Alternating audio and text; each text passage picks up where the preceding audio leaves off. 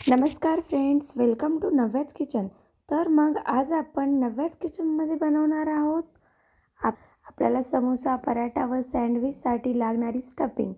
तर आपण ही स्टफिंग या तिन्ही पदार्थांसोबत यूज करू शकतो।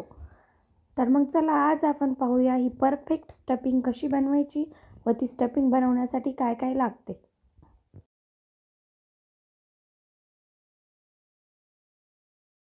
ही स्टफिंग तुम्ही ह्या तिन्ही पदार्थांमध्ये यूज करू शकतात।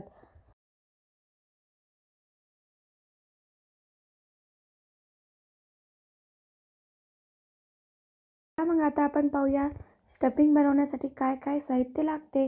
तर त्यासाठी आपण घेऊया 2-4 लसणाच्या पाकळ्या, एक आल्याचा तुकडा, 1 चम्मच हळदी पावडर घेऊया, 1 चम्मच जिरं घेऊया, 1 चम्मच मीठ घेऊया, आपण थोडीशी कोथिंबीर घेऊया आणि थोडेसे रेड चिली फ्लेक्स घेऊया।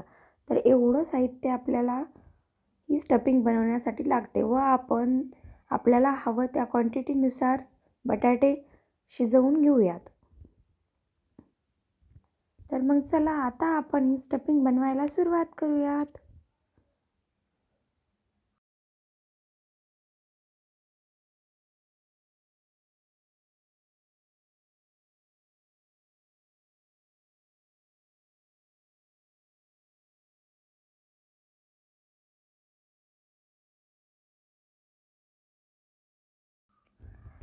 सगळ्यात अगोदर आपण गॅसवर कढई गरम करून त्यामध्ये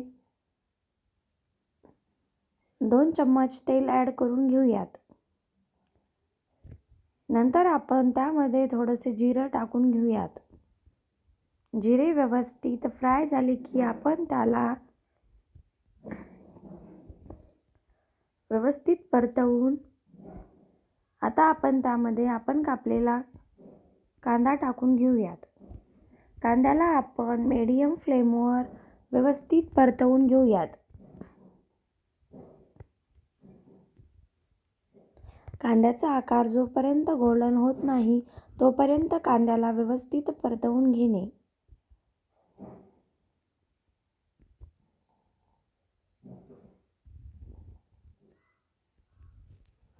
4 ते 5 मिनिटं कांदा मध्यम आचेवर परतून झाल्यानंतर आता आपण त्यामध्ये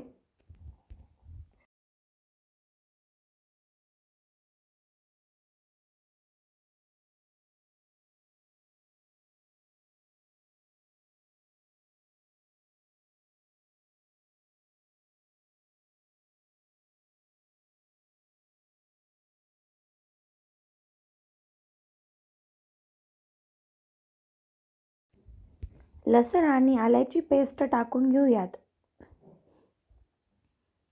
आलं लसूण पेस्टलाही व्यवस्थित फ्राय करून घेणे।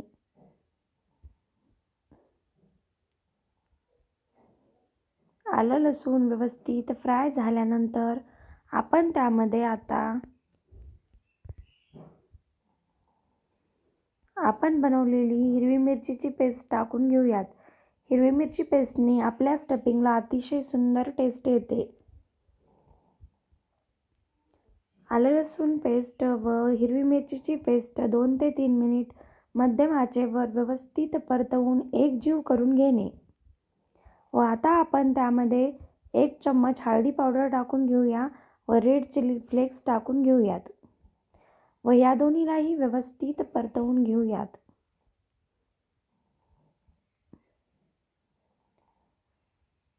हे व्यवस्थित सर्व 2-3 मिनिटं परतवून घेणे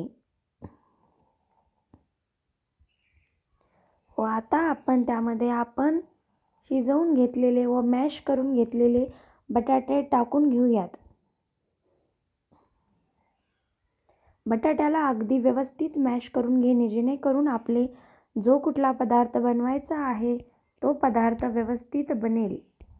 आता आपण त्यामध्ये चवीनुसार मीठ टाकून घेऊयात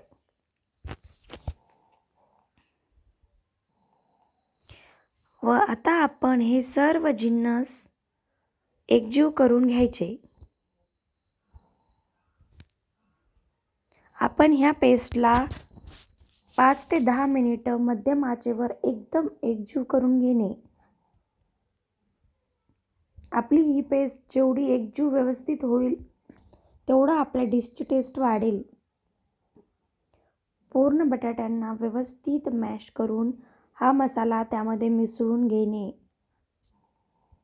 अशा पद्धतीने 10 मिनिटं मिक्स करून घेणे. तर तुम्ही पाहू शकतात किती सुंदर दिसते आपली ही स्टफिंग. तर आपली ही स्टफिंग आपण पराठा, समोसा, सँडविच तसंच वडापाव बनवण्यासाठीही यूज करू शकतो. तर ही आपली भरपूर पदार्थामध्ये यूज होणारी स्टफिंग जवळपास बनून तयार आहे. तर आता आपण ही स्टफिंग 2 मिनिटं गरम करून घेऊयात व आपल्याला जो पदार्थ खावासा वाटत आहे तो बनवूयात. तर मग फ्रेंड्स, ही स्टफिंग बनवणं अगदी सोपी आहे व तुम्हाला कशी वाटली सांगायला विसरू नका. व माझी ही रेसिपी आवडली असेल तर माझ्या रेसिपीला लाईक, कमेंट, शेअर व माझ्या चॅनलला सबस्क्राईब करायला विसरू नका. व तुम्हाला अजून असले कुठले पदार्थ हवे असतील तर एकदा माझ्या चॅनलला नक्की व्हिजिट करा. तुम्हाला अजून असले वेगवेगळे प्रकारचे व टेस्टी पदार्थ आणि अशाच वेगवेगळ्या प्रकारच्या ट्रिक्स पाहायला भेटतील. अजून भेटूया आपण अशाच नवनवीन व टेस्टी रेसिपींसोबत.